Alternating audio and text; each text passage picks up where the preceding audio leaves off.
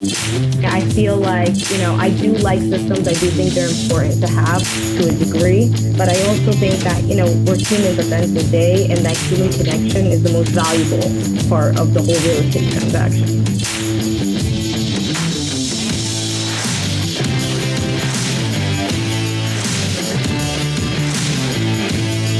So the question is this: how do most agents find the secrets to succeed in today's competitive real estate market, especially when the top agents are keeping those secrets to themselves? That's the question, and this podcast will give you the answer. Hi, I'm Aaron Amuchastegui, and welcome to Real Estate Rockstars.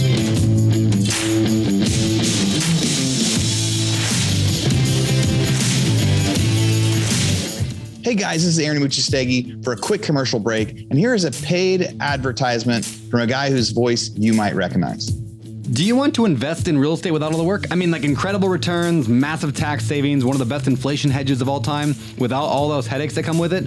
My name is Brandon Turner, a best-selling real estate author with over 1 million copies of my book sold. And this here is an ad. That's right, a crummy commercial. But I'm actually not selling anything. I'm offering something. You see, I run a real estate investment company. We're called Open Door Capital, where we acquire what's called value add real estate nationwide to earn great returns for passive investors just like you. We've acquired hundreds of millions of dollars in mobile home parks and apartments, and we recently sold our first fund where we earned our investors over a 35% internal rate of return. And while our past performance is obviously no guarantee of future results, we do believe our track record speaks for itself. And best of all, we have an amazing deal right around the corner right now. So be sure to sign up for our email list at investwithodc.com to be notified when it's open for investment. That's investwithodc.com.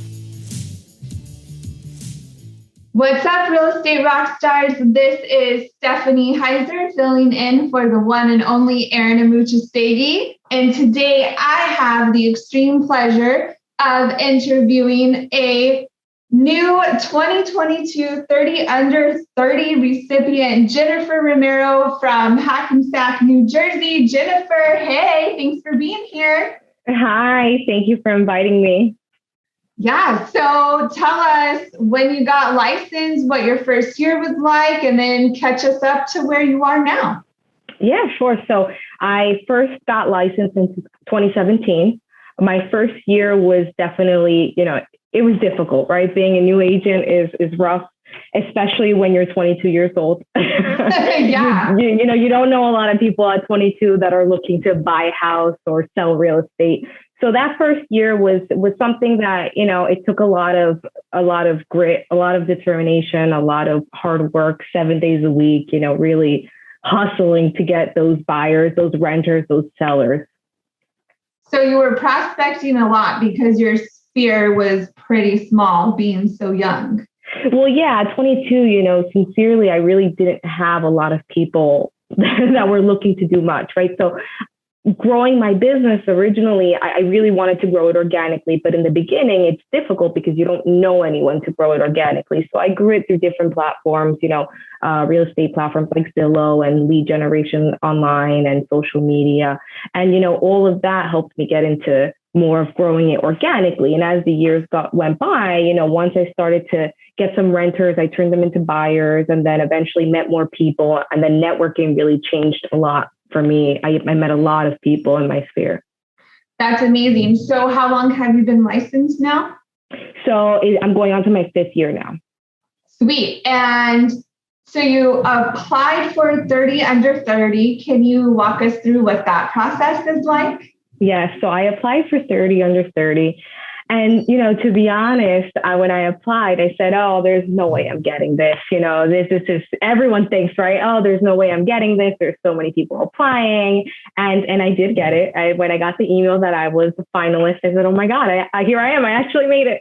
And then when I got the email that I, was one of the 30 under 30, I was like, this is great. Oh my God. So applying for it, you do have to apply. You can send in a video. They look at, I submitted MLS records of everything you've sold. They want sometimes letter of recommendations as well, which is something that I did as well. So I did get letter of recommendations, and they pretty much just look at your background and, similar to what you asked me, how I started, what I'm doing, what are you doing for the community? So I submitted all that in my application, and, here we are. That's so amazing. Congratulations. So Thank you. now that you are officially 30 under 30, what does it look like for the year you're nominated? Do you have opportunities to go to like speaking engagements? Do you go to conferences? Is it more of like just a magazine spread? How does that look? So it's been phenomenal. I didn't even realize how many people would reach out because of it. When it's like one of those things that you do, and then after you do it, you're like, oh, wow, I'm glad I did this. So I have gotten a lot of people reaching out to me from New Jersey. I'm actually the first person to win for New Jersey in 6 years. So yeah, so I've had people just from my own community reach out to me and say, congrats, Jen, like this is a big deal. Thank God you got this. We put New Jersey back onto that map. So a lot of my New Jersey people were very happy. And, I've gotten a lot of different just congratulations and emails and interviews that are great. It's great to put out that story and how I did it, because if I was able to do it, everyone can do it. It's just a matter of putting in that work to get there. Yeah, one of the things I really love about your story is you were talking about how your parents were immigrants and struggled, with language barriers and understanding the rules and regulations of American real estate and kind of hitting that like American dream, quote unquote. And I love your passion for helping people get over that hurdle and to reach financial freedom or even just reach, real estate and home ownership. And you said you do seminars in Spanish and connect your Spanish-speaking buyers with other Spanish-speaking professionals. So what does that look like? So, yes, my parents are immigrants and Spanish is their first language. Spanish was actually my first language, even though I was born here, but I grew up in the household speaking Spanish. So I was an ESL when I was a kid. And I realized very early on that, sometimes there aren't the same resources being translated over. So they might miss information that maybe is very crucial to the whole process. So I decided when I went into real estate that I was going to put it out there in different ways. So I do like social media. I do, TikTok, TikTok videos in Spanish. I connect with other professionals. I have a very good credit repair person that does a lot of videos in Spanish. And so sometimes we go in together and do videos and explain short little tips that help consumers understand, this real estate market and get that information, because a lot of this does exist, but most of it's in English. So we try to get it out there in Spanish as well. And we've hosted, home buying 101 or home selling 101 seminars in person, also different events out there. So we just try to do different things, whether it's online or in person, to get the information out there. And then as far as connecting people, I am a big networker. I love networking. So I like to meet other professionals that are similar, to me, in the sense that they're also helping that community be able to translate and get the proper resources. So I like to connect with other attorneys. For example, New Jersey is a lawyer state. So with other attorneys that can help with the real estate process and the contracts and home inspectors, or perhaps, title representatives or lenders. So I like to get everything covered. That's a really, really important value proposition and such an awesome niche to fit into and so empowering. I really love the power of real estate and using like my experiences. And like you said, if I can do it, anyone can do it. Yep. And just like, sharing that knowledge with others and helping to empower and elevate them. So on why and how did you get into real estate? Did you know a realtor and was like, hey, that looks easy and I want to make lots of money? Like everyone, right? The dream. How did it all start? So actually, I got into real estate. I really did not know anyone.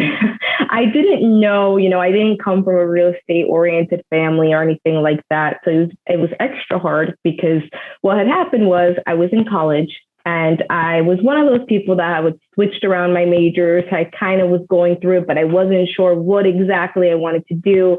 And then I reached pretty much a crossroads where I said, I can't afford this anymore financially, and I can't keep switching and I'm not even sure what I want to do. So I had actually always been in customer service for many years. And I decided, I like people. I like talking to people. And I already have a customer service background. And someone had one time mentioned to me, real estate license, you could get it. It doesn't require 4 years of school. And I said, you know what? I'm going to look into that. And my father, actually growing up, he had a construction company. So I was always very familiar with houses, and I was always going to the job sites and helping him with his contracts. And again, translating these legal documents with him and helping him. So I was comfortable with that. So I said, you know what, I'm going to try this out. And I did. I got the license, and, the rest is pretty much history. I got it. I decided right away to start. And originally, like most people, I said, I'll try this part-time. And then when I can, I'll go full-time. But real estate is very hard to do fully part-time, right? When you really want to excel, it's a 60, 80 hour a week job. It's not something you can really do 15, 20 hours. So I decided then that I would really do this full-time, launch myself for full-time. And it took me 6 months to close on my first property.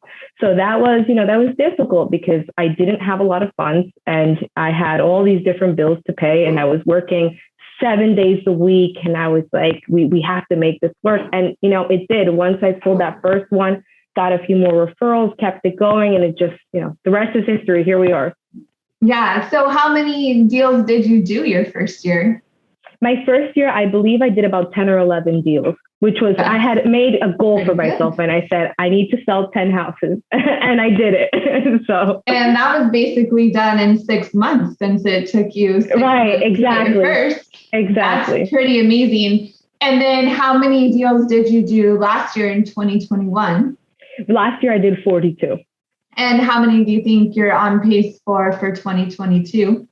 Well, I know I'm probably not part of the popular goal setting. I know a lot of realtors talk about goal setting. I am not necessarily the person that says, I need to, if I did 40 this year, I have to do 60 next year. I don't necessarily say that. I mean, I'd love to do more, right? Everybody always wants to improve their numbers every year, but I don't put myself into that box. I try to just focus on doing better, learning more, because when you learn more and you improve your trade, the rest just comes along with it. Yeah, I think that's a really smart point. It's great to have goals, right, but also to focus on the process. So right. My first year, I had zero clue how many houses I sold. I just suddenly was mega busy. And then when I reached icon status in my brokerage, I was thoroughly shocked. I thought that email was a mistake. And I even reached out to them and was like, I think this is wrong, or maybe is this an application? And then I sat down and my husband made a spreadsheet for me, and we counted and was like, oh my goodness, how did that even happen? Yeah. And that was 50 for my first year. And that is not my goal. If I can make the same amount of money with doing a lot less transactions and saving my sanity, that's awesome. Right.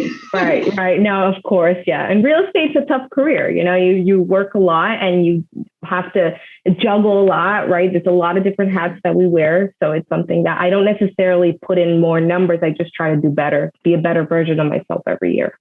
That's really amazing. And your 30 under 30 platform will really help. And those will be goals and experiences that don't add to your numbers of transactions, but it's an invaluable experience. And you're right, it will make you a more knowledgeable, more connected agent. And that is really super amazing.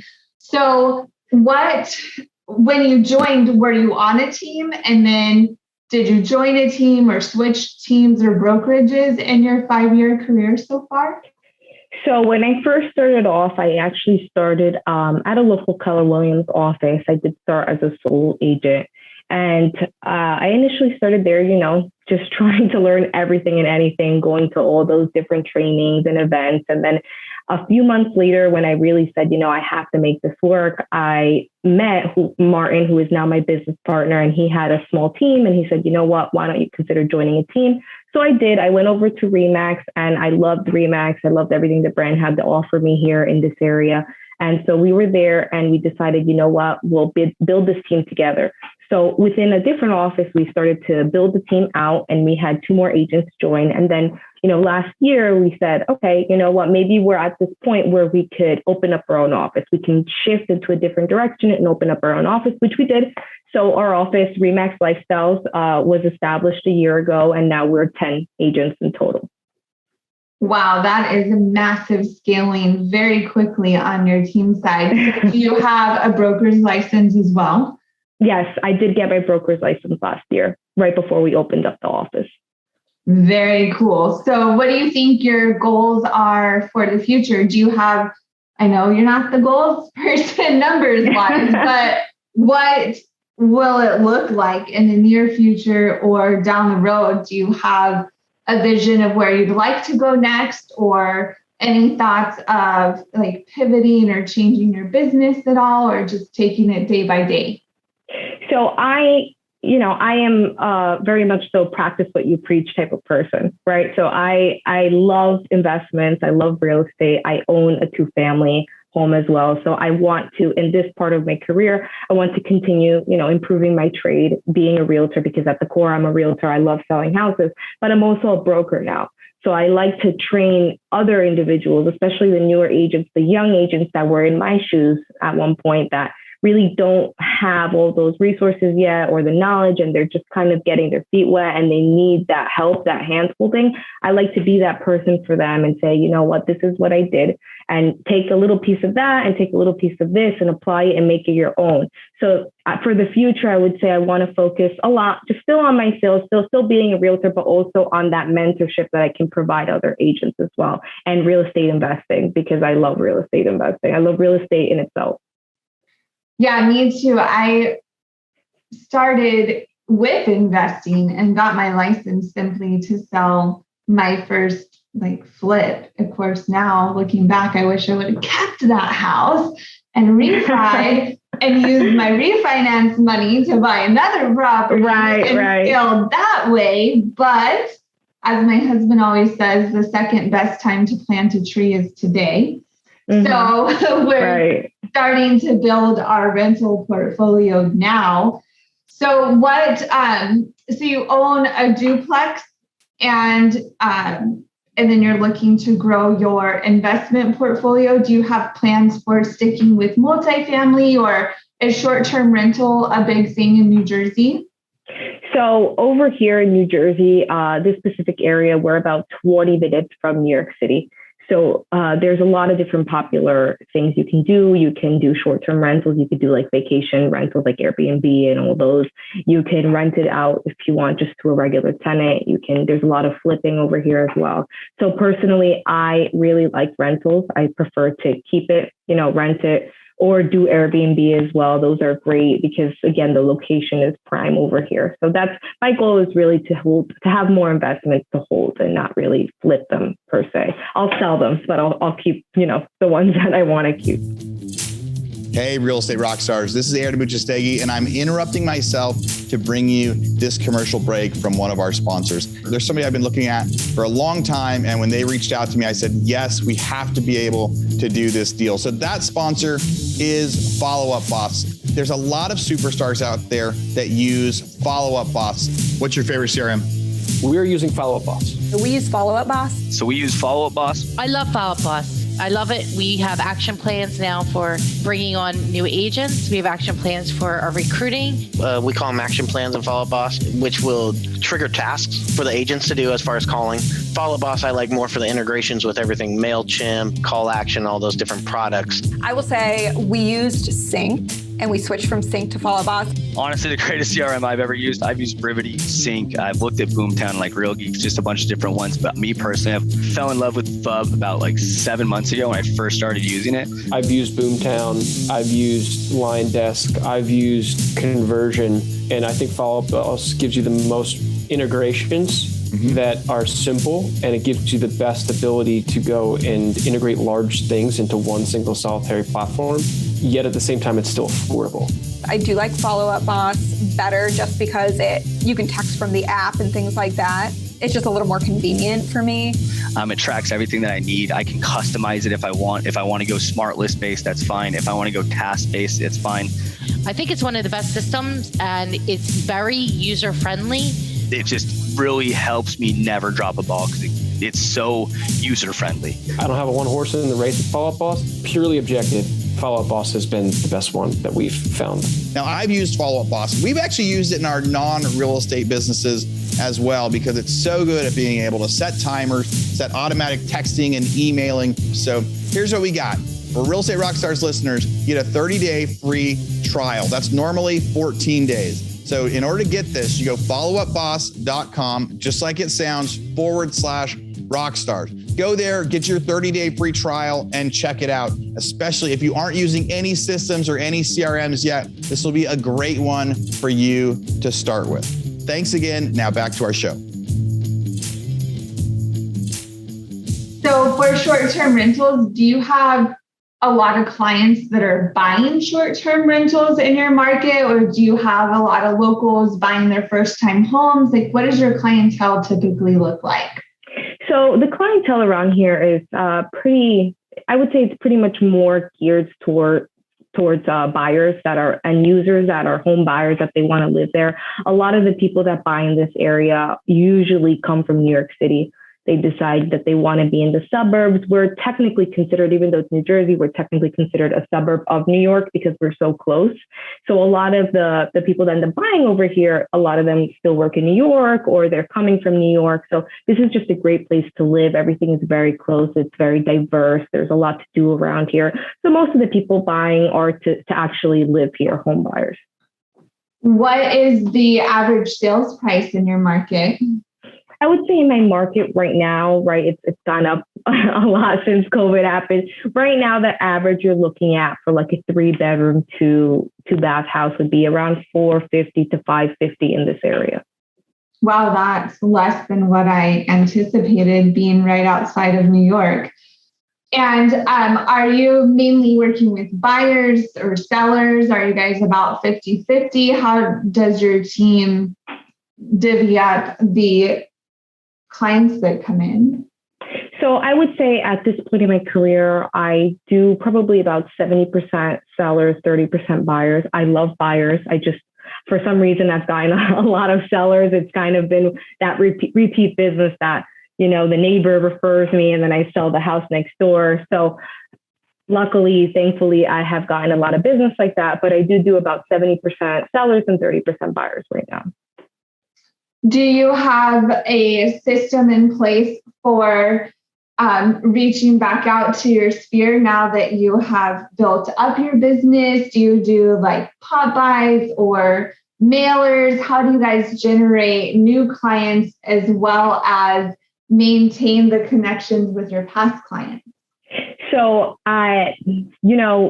like I said, I'm not a big systems person, but I keep it old school. What I do is I have an Excel sheet. I have everybody that every address I've ever sold, everyone I've ever sold to, and I try to keep it very personal. A lot of these people I still keep in touch with. I like to call them. I like to send out like those happy anniversary cards every year.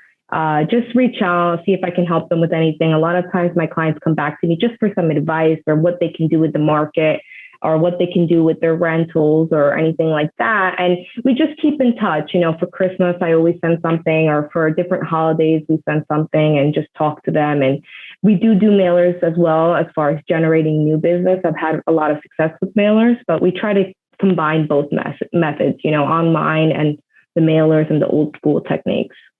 Do you get a lot of business from your social media?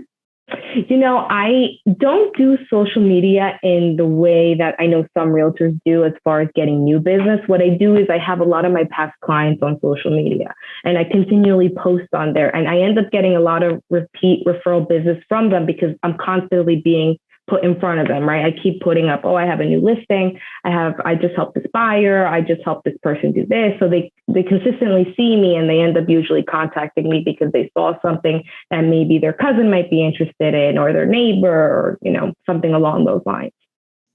And when you do your seminars, and you said those are sometimes in person, sometimes online, what was your first seminar like? And then what was your most successful seminar like? The most successful ones usually are online, right? Because you can reach a lot of people online, as you can only reach a certain amount. You're capped, right? In person, you can only have really 20, 25 people. You can't have much more. Online, you can easily have 1,000 people stream on and see you. So my most successful ones have been online. The first one, definitely is very nerve-wracking. You're there, you're being asked questions, and you're just trying to keep up with the pace of everything. But they are great. I've done them even on TikTok with different professionals. We've teamed up together to just provide, we'll have sometimes like an accountant, also a mortgage lender, and then I'll be there for the real estate side. And we like those because you get, questions live on what is being asked and what's going on in this market, and you can just kind of talk to them about what's going on. What is going on in your market? Are you guys getting multiple offers and everyone is like getting outbid by cash buyers? Are a lot of people like selling in New York and moving to your town with cash and having more space for a much lower price point? What does it look like? So you hit it right on the nail. It's in New York. A lot of the New Yorkers are selling in New York, and they decide that they'll get more for their money in New Jersey. So we have a huge influx of people coming in from New York into this particular area of New Jersey. And, the market right now, like you said, like most of the country is experiencing, it's tough for buyers. It's definitely a very competitive market. Sellers are getting top dollar, right? And buyers, typically a home here, if I just had to throw out a number, there's usually for a house about 8 to 15 offers on just a normal home around here. So it's made for a very tough competitive market for buyers. What do you do to get your buyers' offers accepted? So, I think the biggest key there is to educate the buyer correctly and to set proper expectations. We have a lot of HGTV, so we have a lot of people that think it's very easy. They just go in and they put in an offer and that's it. And unfortunately, I hate to be, a Debbie Downer, but I do like to be realistic. So I do like to coach them. I do like to educate them and say, this is what the market's like. Let me show you. Let me explain to you. So I think education is key so that you can properly set those expectations. And then once you actually have that offer ready to go, it's just, here, usually what you're seeing a lot is different contingencies, what you can maybe play around with in the contingencies, what you can do to make the offer stronger. Perhaps sometimes here you see like a full commitment on the pre-approval as opposed to just like a pre-qualification or just the normal pre-approval. So there's different tips and tricks, but I think it's number one, being also a very big on communication with your client and also with the other agent, right? That you call the other agent, you explain what the story is, what they're offering, and what you could do to help. And when you're representing the seller, how do you help them navigate multiple offers? I know a lot of sellers just want to gravitate towards the highest price. But as agents, I think a lot of our job is, like you said, educating them and saying like, okay, the highest price looks great, but let's check their proof of funds. Let's see if it's a reputable lender, if the lender has already gone through underwriting, or did they simply just get their pre-approval by writing in their own numbers on the internet, and then 2 seconds later they get a pre-approval. I know in my two markets, everyone is really big on local lenders, or at least reputable lenders that... We are here too. Okay. And how else do you help the sellers navigate that big stack of offers?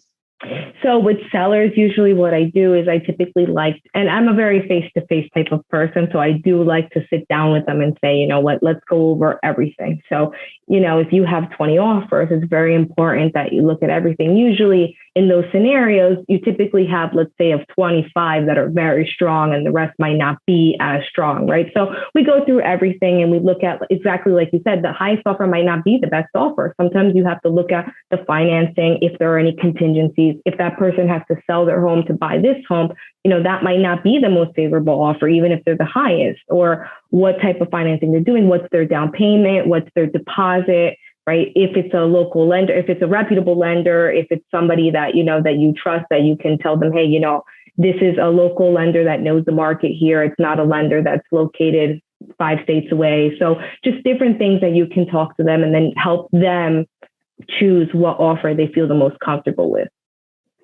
Do you ever have any of your lenders reach out to listing agents, or as a listing agent, have you had lenders that reach out to vouch for the client or help build that rapport as well? Yes, I like to work with lenders that will do that. I know that's not always the most popular with mortgage lenders, but I feel as the listing agent, when I receive calls from the lender, I know that means that the lender is really involved, that they're really looking at the file, that they care as much as the realtor cares, that they're not just, issuing that pre-approval out and calling it a day. So they're really invested. So I like to, when I'm submitting an offer for a buyer, I always let the listing agent know, hey, this person might be reaching out to you. If not, you can also always reach out first if you'd like as well. And they're just going to talk to you a little bit and let you know that they can assure you and your seller that they have really triple checked everything, the entire file, and this person is ready to go. So I do like that. That's exactly what I've started doing. I also have started shortening the escrow period. Like if the sellers, live there, if it's a vacant house, especially, like, let's blow through escrow as fast as we can, while of course having our inspections and doing things thoroughly. But sometimes in a 30-day escrow, we have like a good 10 days where there's nothing new happening, like we could close.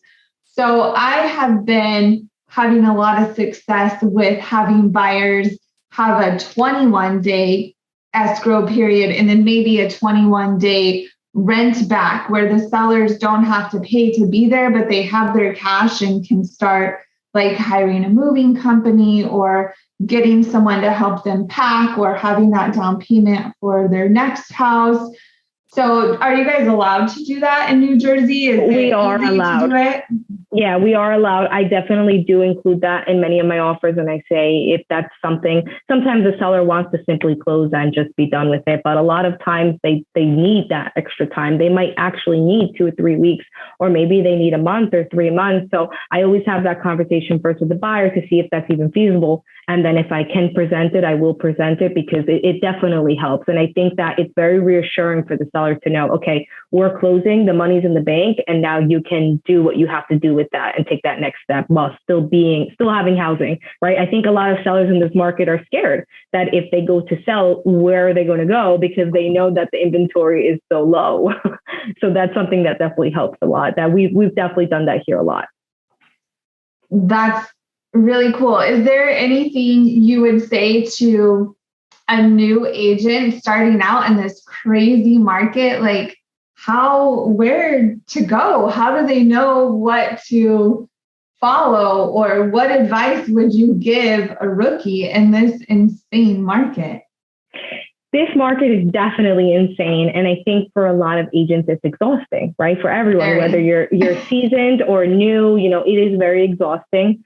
I would tell a new agent, really, you can't give up. I tell the agents here, you cannot give up. If you need to take a break, you take a break. If you need to take your, maybe a week and just kind of recharge your batteries and come back, you take it, or take a walk if you need a couple hours, but you always have to, keep it going and not give up. And in this market, I think the most important is, like I said, set those realistic expectations with your buyers, give them that education up front so that they know what to expect, but also to keep looking, try to find maybe off-market deals, keep your ears open, talk to other agents. Perhaps that other agent you spoke to might have a listing coming up that could work for your buyer. Try to find different ways outside of the box to keep that deal alive, or to get that buyer that home that they're looking for, because it can be tough for buyers. Hey guys, this is Aaron Muchastegi for another quick commercial break. But this is something a lot of you guys have been asking about. When we had our mastermind in May, we had a lot of people ask us about coaching, about how can we continue this process, because so many of you guys out there listening to the podcast, you don't have resources where you are. You don't have other people nearby that can be mentors for you, that you can bounce ideas off of. And this business can be really, really lonely if you're not doing it with other people. So we have just now launched a great program for you, and it's just Hyman Digital Coaching. It's Real Estate Rockstars Coaching. And here's what we do. We've got a spot you can go to. You go to realestateradio.fm/coaching. We have individual one-on-one coaching where if you sign up, we match you up with a coach and we figure out like who's going to be the best coach for you for a couple calls a month. It's not that much money. I think it's going to be $950, a couple calls a month with a coach that's been where you're going, and they're going to try to help you. And then we also have group coaching for a lot less, where you can sign up and you can get in group coaching with groups of 10. And we can do calls every couple weeks with different people that'll guide you through that process. So if you've been getting a lot from this mastermind, but you think you would get a little bit more for some one-on-one coaching from somebody who has been exceeding in real estate, go to realestateradio.fm/coaching, realestateradio.fm/coaching, and sign up. We can't wait to find somebody to help you. You are so strategic. I love that. That I think is the most important trait in this market for a successful agent, is to be super strategic.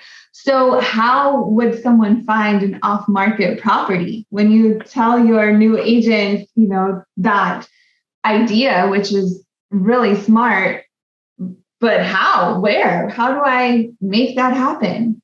Well, there's different ways of doing it. One of the ways that I actually really, really enjoy, because again, I like talking to strangers on the street, but you could door knock. If you're doing maybe an open house down the street, perhaps door knock on that block and just say, hey, this house is for sale. It might not even be your listing. You could just say this house is for sale at this price. It's a record price. And I have a lot of buyers looking around here. Maybe if you would consider selling, I could, offer this buyer the home, take them for a tour.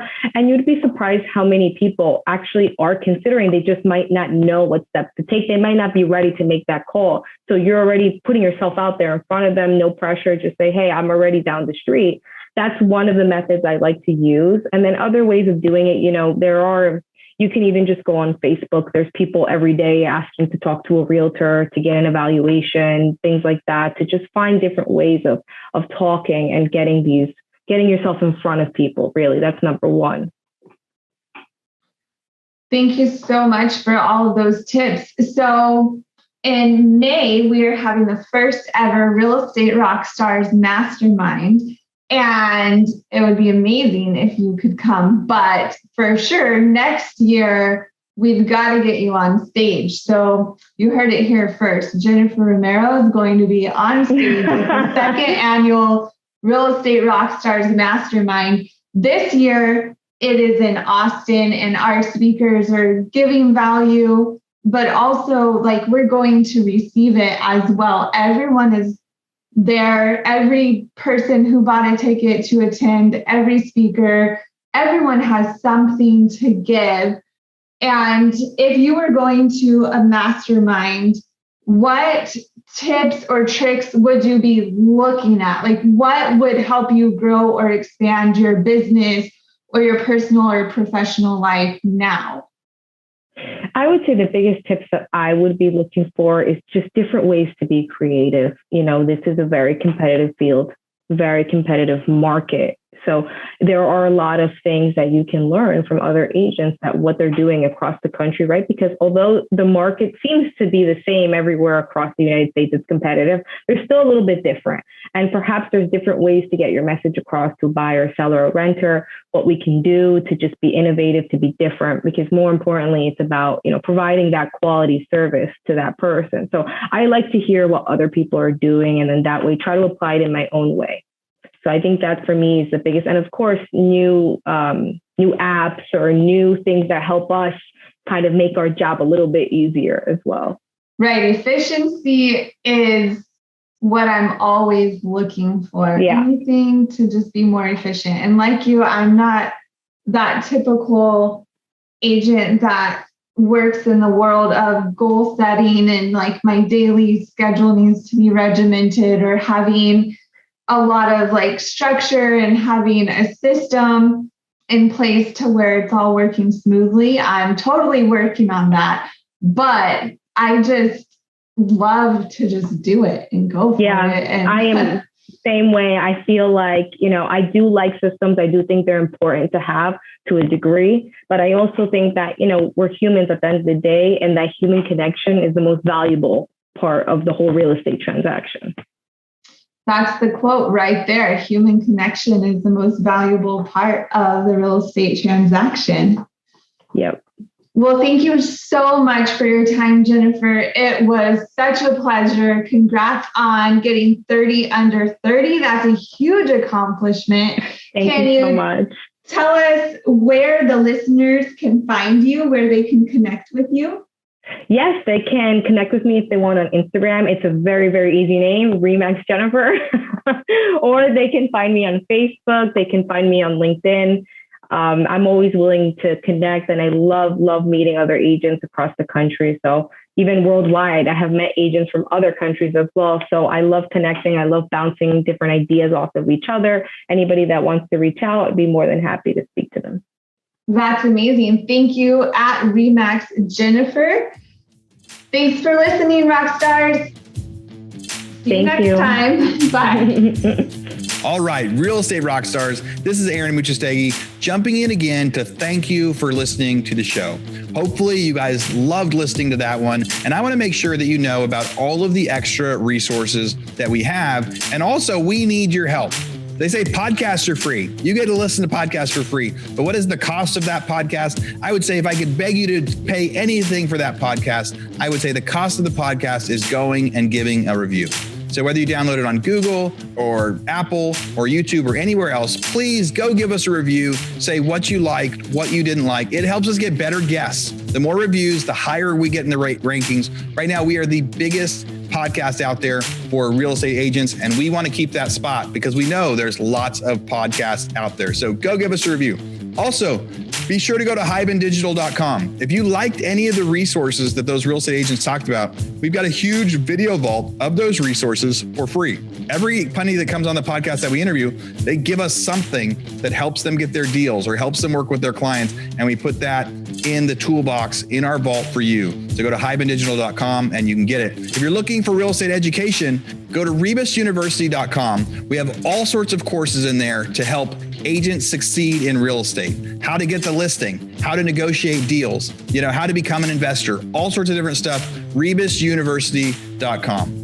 And if you want to chat with me, go find me on Instagram. And if you come find me on Instagram, you can send me messages. Tell me what you want to hear. Tell me what you liked, what you didn't like. We try to put a bunch of content out there too. You can find me in two different places. It's at rerockstars.com for our Real Estate Rockstars page, or at aaronandmuchastegui.com for my personal Instagram page, where I can chat with you about all sorts of different things. Thanks for listening. We'll see you again soon.